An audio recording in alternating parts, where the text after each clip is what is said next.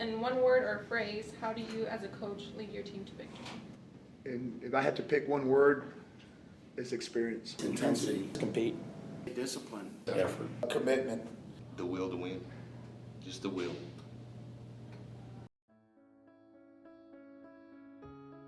My name is Coach Basore. Jason Botos. Ralph Samaniego. PJ Wells. Greg Ritchey. Trey Brown. Juan Motz. Michael Motz. Jacob Salinas.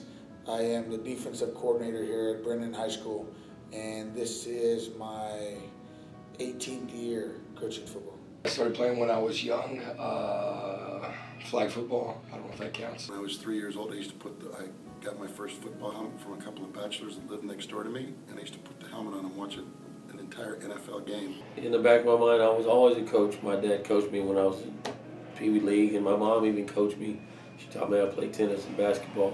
There's always been a passion to coach or to be around the youth and be involved in athletics in some sort of capacity. It was my dad that kind of bopped me in the head and said, hey, you really act like you like what you're doing. Why don't you go back and try this? So I went back to school to get the education part so I could teach, and was fortunate enough to get on as a coach at the university that I was at, and I did a little bit of college coaching for a little bit. First, I was a teacher.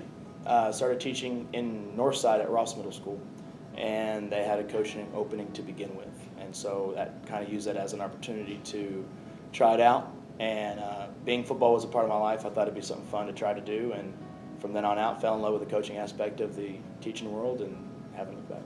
It's an opportunity to mold young men and to compete at a level where memories are the greatest. It's athletics at its purest form, and what I mean by that, it's you're not recruiting kids, you're not going out trying to buy kids or whatever. These are the kids you're giving with, and because it's what they live in their attendance zone, and you've got to make something out of it.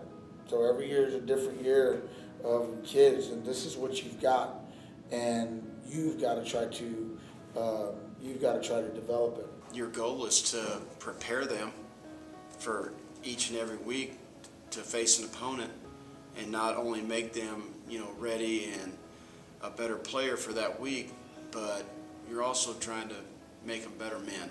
They're like family. In fact, during the season, I see them more than I see my family. So those kids are like family, so we treat them like that.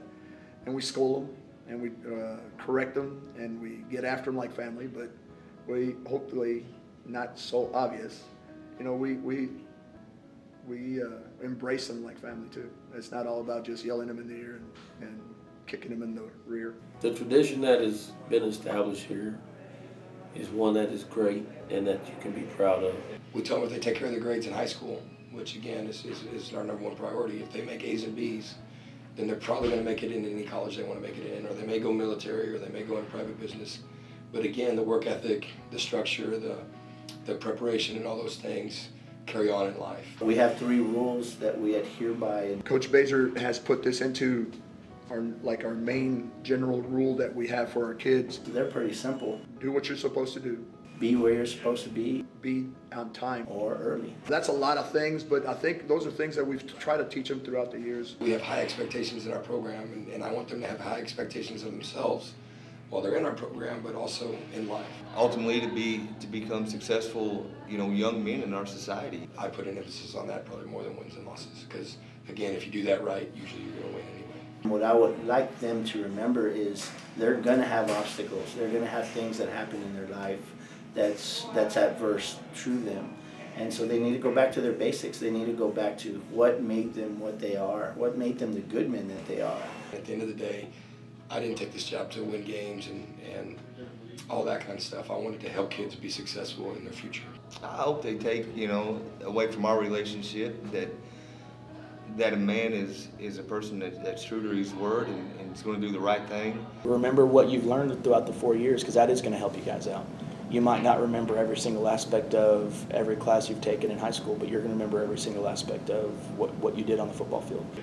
You continue to keep building what has been established, because it lasts a lifetime, and it'll always be something that you can look back on years down the road. You came to us there's no reason to be mediocre in anything you do. Be humble, Don't forget where you came from and remember the lessons that we've taught you. have high goals, shoot high.